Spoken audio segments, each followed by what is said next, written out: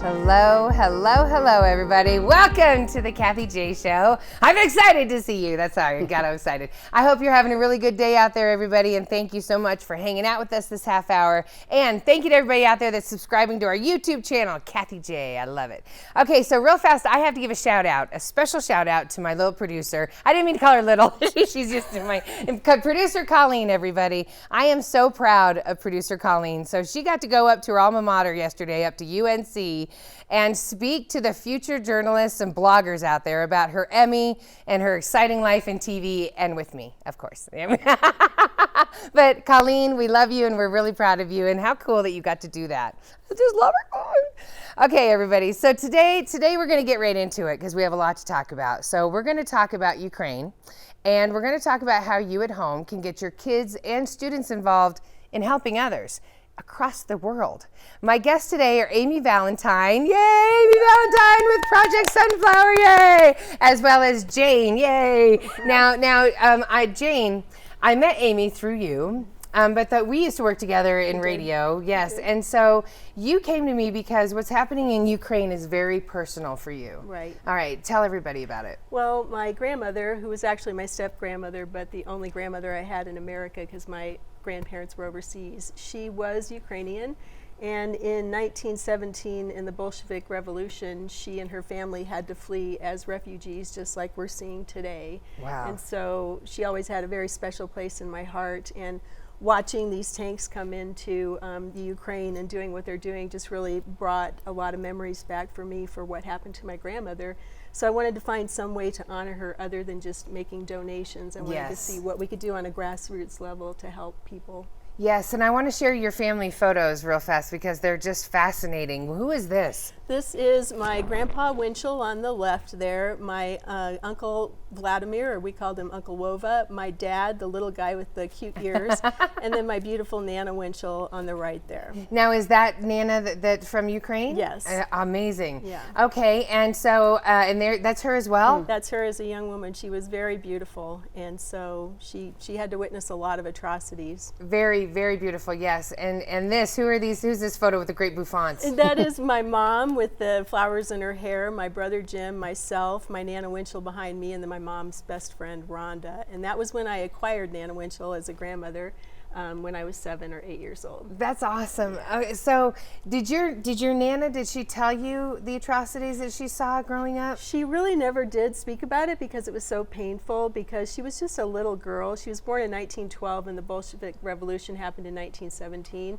So she didn't really speak about it because it was just so horrible, and we know that she lost her siblings during this time, but back then they didn't have, records on digital files, or they couldn't store things on the cloud, so everything was lost. And it's horrible. And then I was reading your story that your dad had sent about your grandmother, and it didn't just end there. And so that's what you need to think about the refugees that are leaving Ukraine now. Right. She went to one area, and then she went to another area, and then that area was invaded in a war. Exactly. So she went through a second war as a teenager. Yes. Yeah. So what do you want everybody at home to know about what's happening? Well, it's just very sad to me that this is happening at all, because I thought mankind had evolved beyond this kind of cruelty, and to see it happening again is just so horrifying to me. And I just feel like we all need to do something besides just, giving donations, which are also wonderful to do, but to just, bring it down to a more personal grassroots level. And these children that are doing this, and Amy, are just absolutely wonderful. Yes. And I know that my Nana would just be so proud of what they're doing. So I just wanted to bring them on in honor of her memory. I love you, Jane.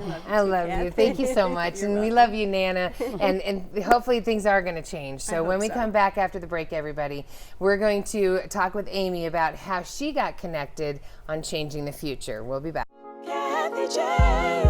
Ramos Law is an official partner of the Kathie J Show. He's a medical doctor and a lawyer. Ramos Law, what makes us different makes us better.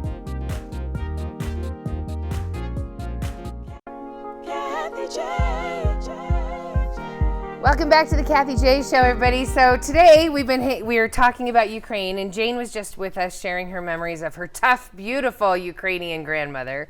So Jane brought me to you, Amy. This is where we come in with Amy, everybody. So you're the reason that some of these students are starting Project Sunflower, but I really, when I was talking to you, I was like, you have your own amazing story, Amy Valentine. So let's tell everybody. So what do you do?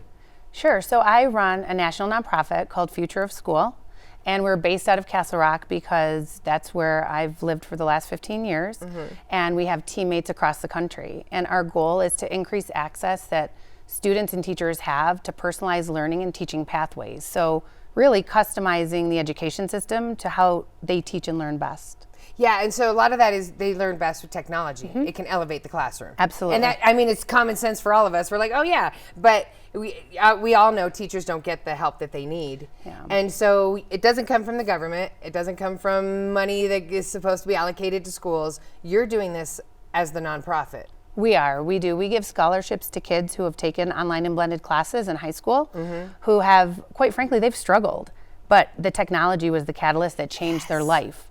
So we give them scholarships and we take their stories and we share them out with their communities and nationally.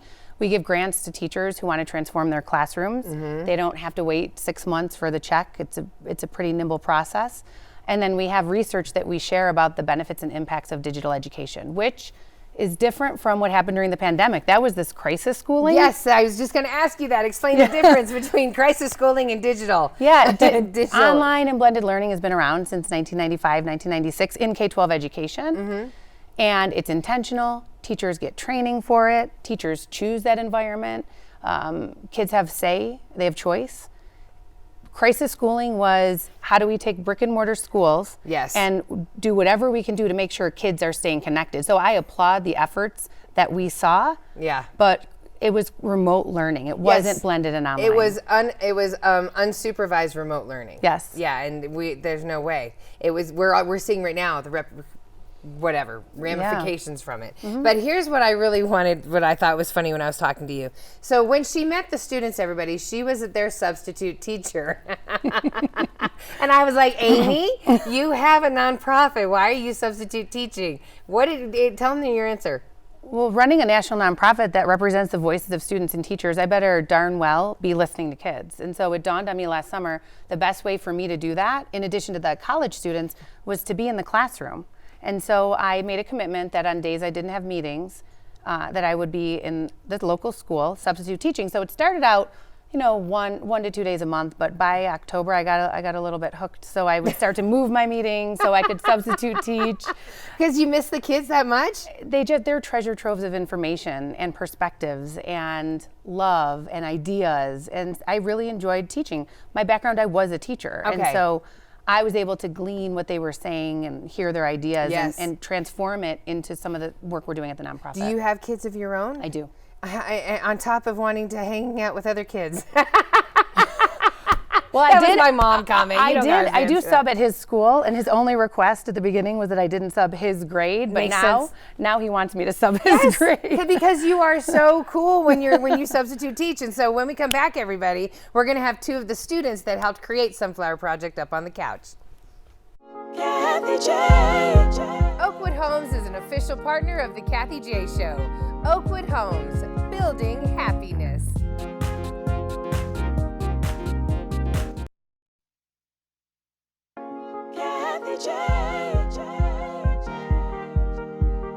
J Show, everybody. So today we've been speaking with Amy Valentine, nonprofit founder and substitute teacher in her spare time. Also joining us, we have some of the students who helped create Project Sunflower. We have Gracie Gertson, and we have Callie Hashimi here. Yay!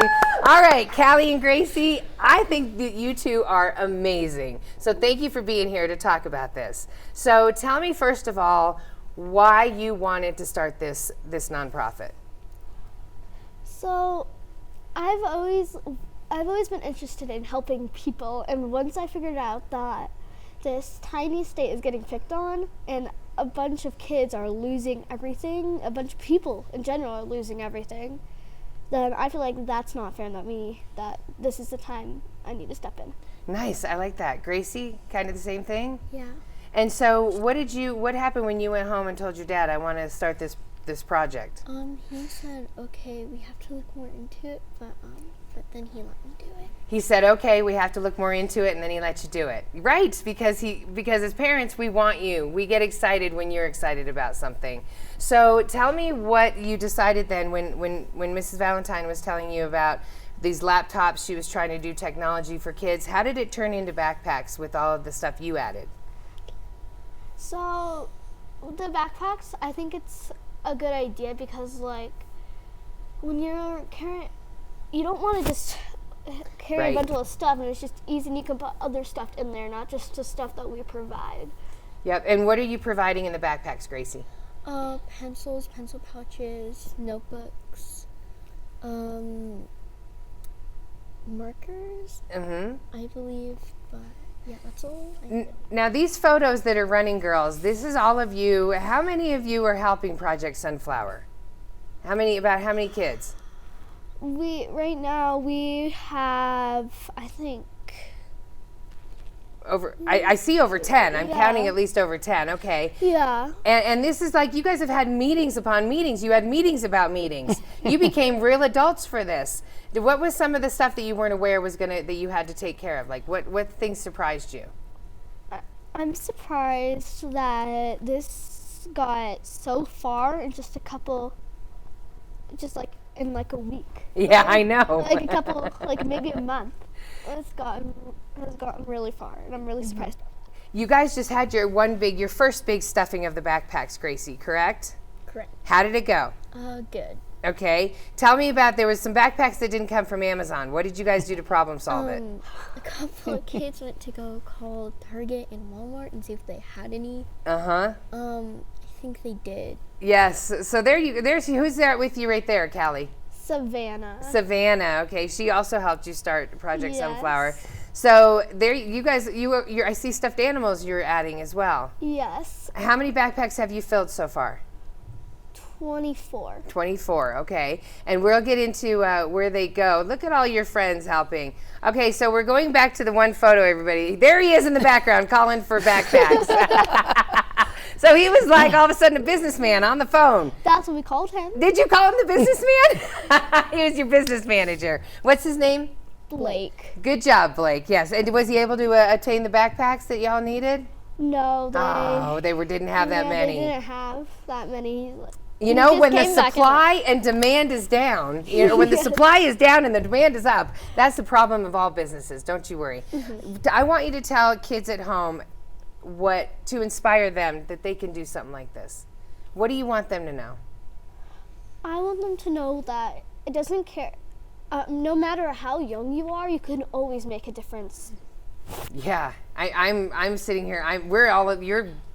You're doing more than we have, and you're only in 5th grade. You're 11. You're both 11 years old. Gracie, what do you want kids to know? That they can help any person or any kind in trouble, even if they're in a different state. And if they talk a different language, you can still help them. If they talk a different language, you can still help them. They're exactly right, Gracie. When it came to the Backpacks Girls, what is your goal? What do you want to see happen with Project Sunflower?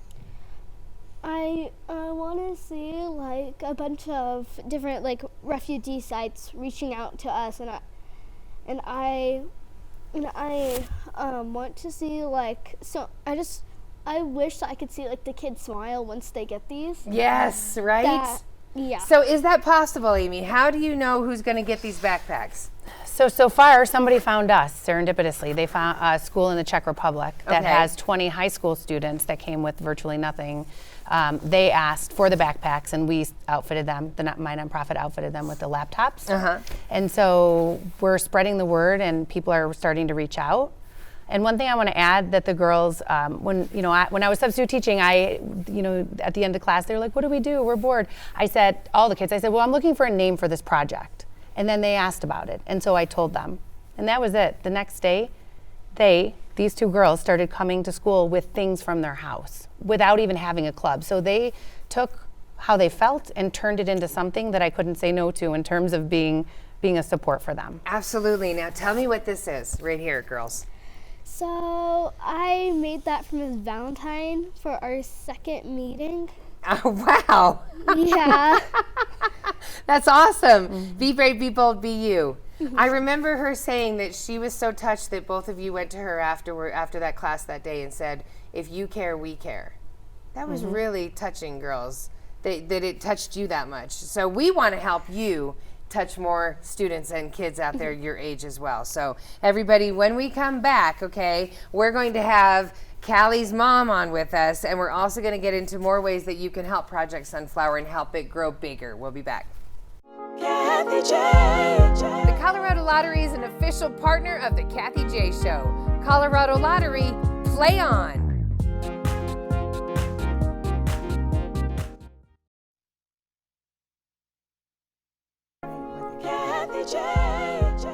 Welcome back to the Kathie J Show. Today we've been learning about the people and the students that need our help in Ukraine, as well as the students that are helping them. Joining us today are co-founders of Project Sunflower. We have Amy Valentine, yay! And we have Callie, yay! And Grace is sitting over there. Thank you, Grace. We love you. Callie, I wanted your mom to join us. This is Amber, everybody, because Amber, you're part of the story as well. So when Callie first met with Miss Valentine that day in class, she came home a different kid. Tell me about that. So Callie came home and she brings this little tiny piece of paper. And she's like, hey, Mom, she set it down somewhere on the counter. She says, Mom, have you talked to Miss Valentine yet? And I was like, what? And she's like, yeah, she's starting this group and we've been talking to her about doing this in our class, and I really want to be a part of it. So can you call Miss Valentine? And I was like, you're like, it's 4:30 in the afternoon. Well, What are you doing? I'm like, honey, we're getting ready to go to soccer. Right. We've got our stuff to do. And so we went to soccer, came back, and she's like, Mom, you still haven't called Miss Valentine. You didn't give up? Nope. And I was like, yes, Callie, okay, go ahead. Where's the piece of paper? So we spent probably 2 hours looking for this little piece of paper that she set down, because I had to call Miss Valentine right away and discuss what we were doing. And then when you found out what it was, what did you think? I thought it was great. Okay. She's kind of always been a kid that has always wanted to go an extra mile for something.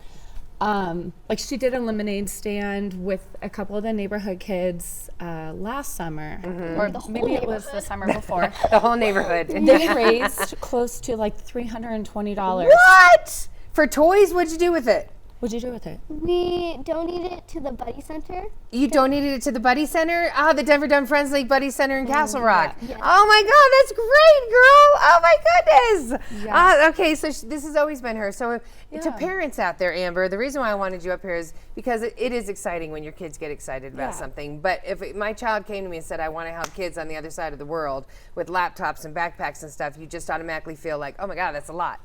Yeah. Tell parents out there what they can do to try to lean into supporting their kids. So we kind of reach out to any resource that we have.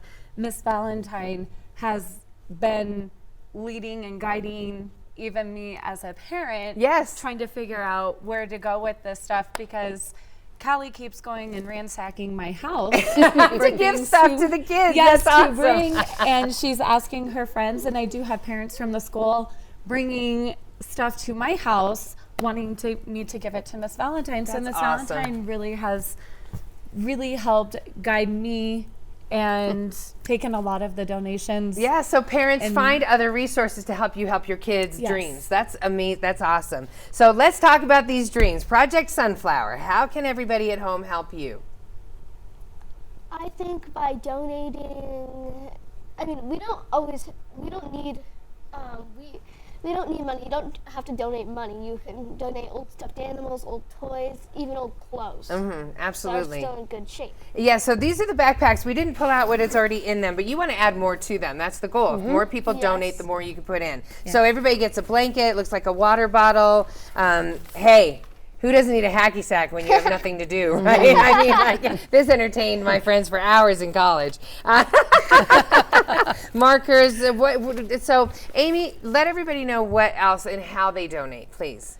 Yeah, so we've put up a website, and I preface that by saying that I'm not a web designer. Yes. I've been in education. And so we're calling it right now ValentineKids.org. Yeah, so we have the other one, the donation website that's right there, everybody. We're leaving it up for a minute so you can write it down because of the slashes, but also you just created Kids.org, Yes. so that the kids can blog. We want to share the pictures, share that the journey is as important for them as the giving. And so the place that reached out to you for the first set of backpacks Yes. saying we needed help, they obviously have more connections. If Yes. you can get more backpacks, you can get to more kids. Yes. The backpacks went to kids in Poland, correct? The first group is Refugees. going to refugees in the Czech Republic. In the Czech but we're Republic. working with the Ministry of Education to provide backpacks for refugee children in Warsaw. Yes, okay, so you're working with, that's why I wanted to know, how do you even find anyone over there with everything going crazy right now? Well, the club has a mission and a statement that says, where there's a will, there's a way. So I'm just figuring it out as I go. This is new